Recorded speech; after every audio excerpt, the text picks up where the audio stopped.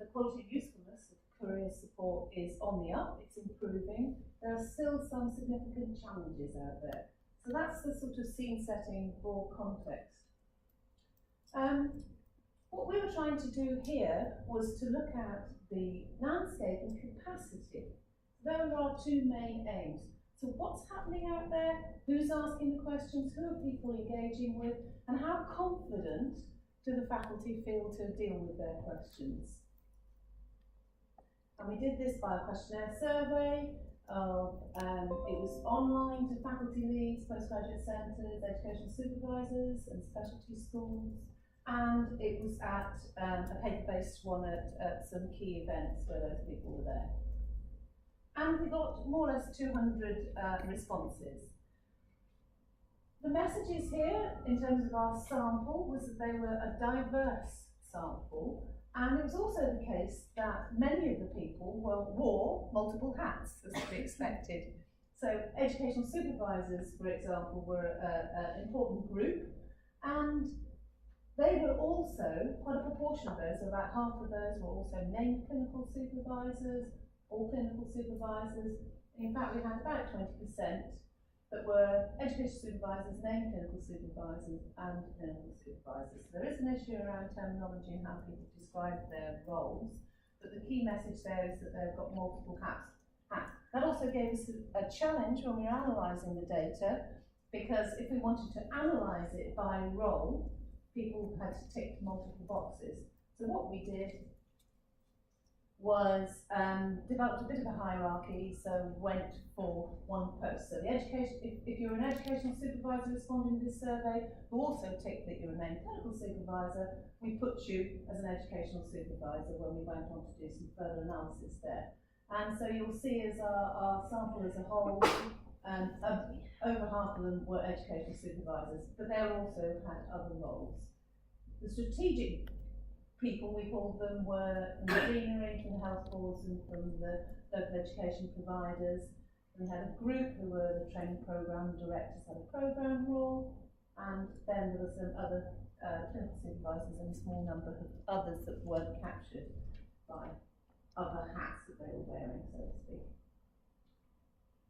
Okay, so looking at then who's seeking advice, who are the people that are seeking the advice in this context?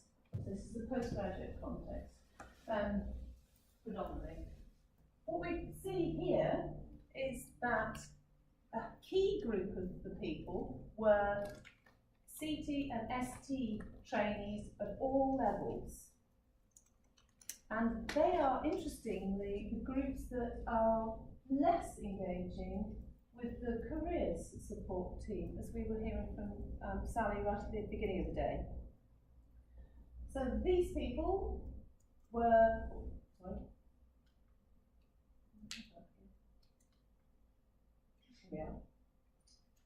they form the main groups, so the CT and ST people form the main groups for the education supervisors, those in the strategic role and the clinical supervisors as well.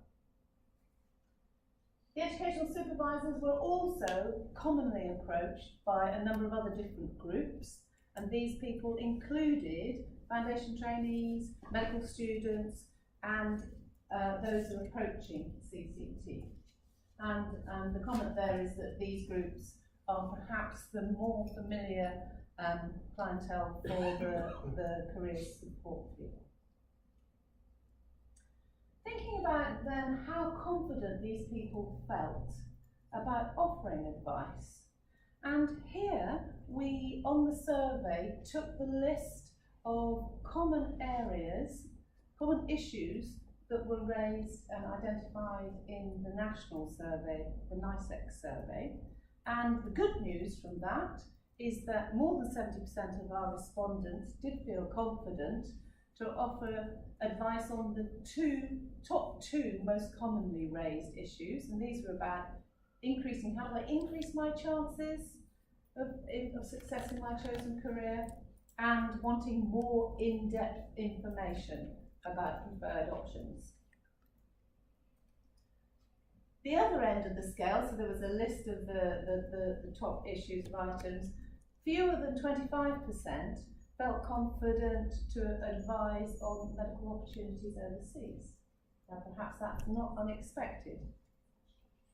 And we did some statistical analysis and looked at some of the differences by their role, by the educator role, and there were some differences there, such that the training programme directors did feel more confident about advising on flexible options, flexible training options, and the group that we called the strategists, that were the deanery and the LEP and health board people, felt more confident about helping people weigh up their strengths and weaknesses and explore possible options.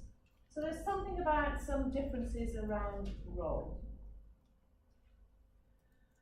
Now what we did also on the survey was have an open-ended question which simply asked people to identify the most commonly asked question. And what we did was we took all their responses and we clustered them. These are the kinds of things they were saying. What further training do I need to do the job? So there's another one here, is what should I do to develop my CV to further my career prospects? There's one there about, essentially, how do I get a job like you? How do I get your career? Implications of work-life balance questions, choosing a particular specialty. And those we clustered.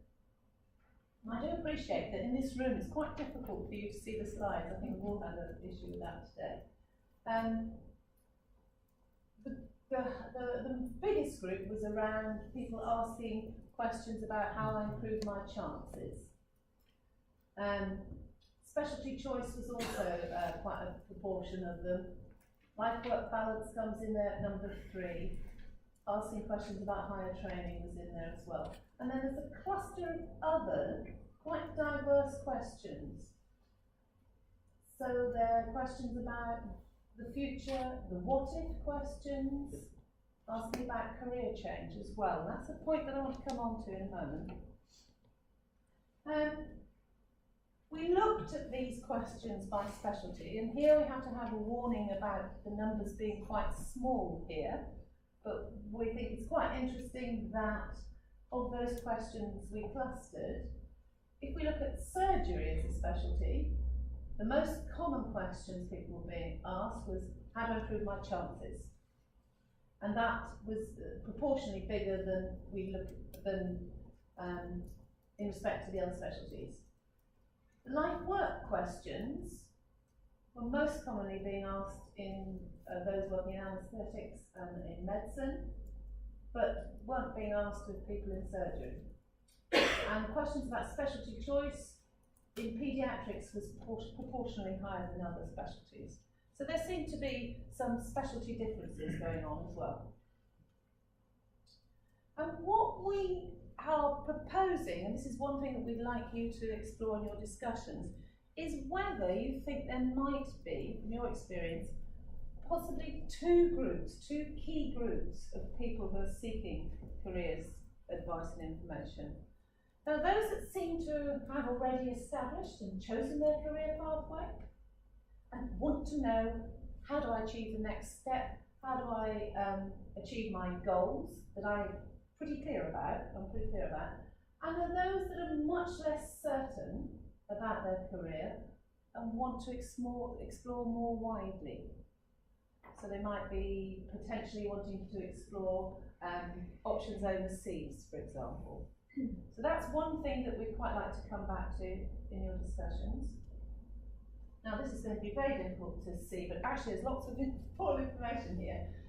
This is looking at now, moving on to think about what resources the survey respondents were using. And if you look at this column first of all these numbers are really high, and what it's saying there is that they would use or do use. And if we look here at some of the highest ones here, are referring to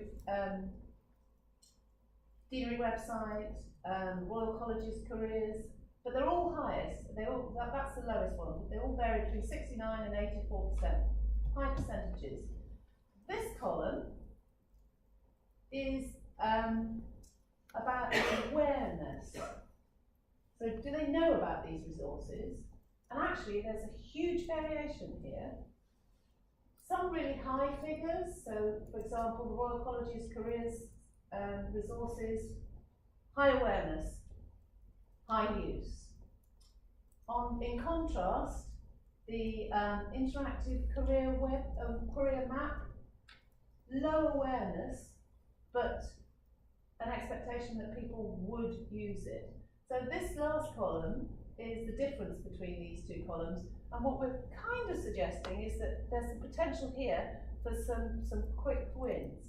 So there's an important bit about some awareness raising of some of these resources that would seem to be readily received or positively received by people.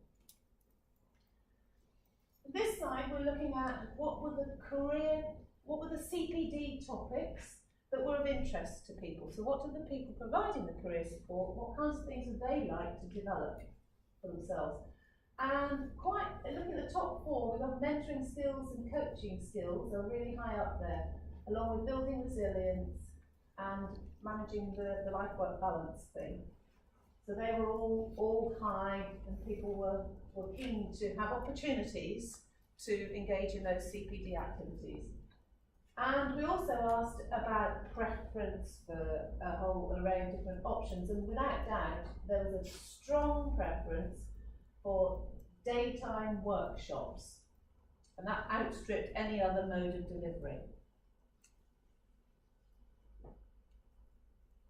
So key messages. In terms of the landscape question, certainly we have, and again this is echoing things that people have said already, there's a diversity of doctors who are involved in providing careers support, and educational supervisors are key players in that. They engage with a diverse groups of people as well, and for this survey the CT and ST grades accounted for much of their activity.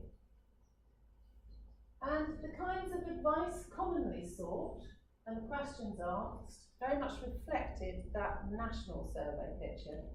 So one conclusion is that the landscape of career support that we've picked up from this survey in Wales accords with the national picture.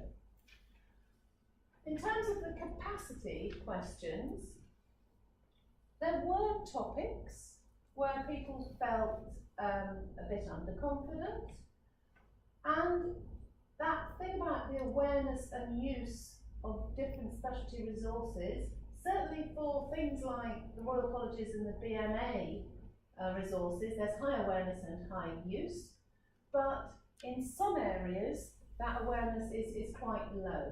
So there's a great potential there. And there's significant interest in coaching and mentoring with a preference for some daytime workshops. So we see that there is certainly some scope, and there seems to be some desire for some capacity development. So that's the overall picture.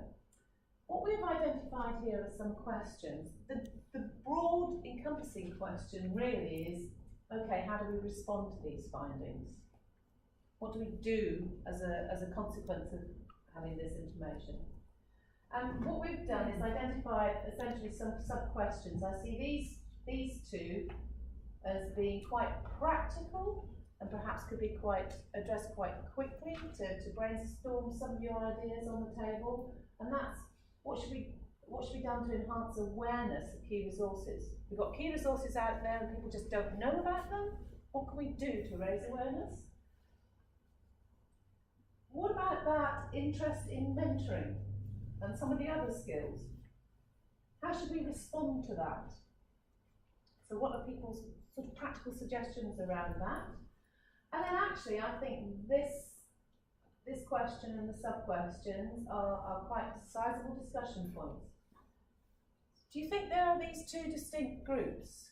Those that have got their clear goals, and those that are pretty uncertain?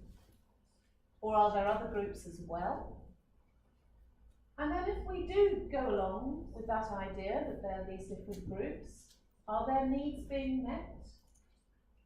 How equipped are local faculty to respond to these different groups?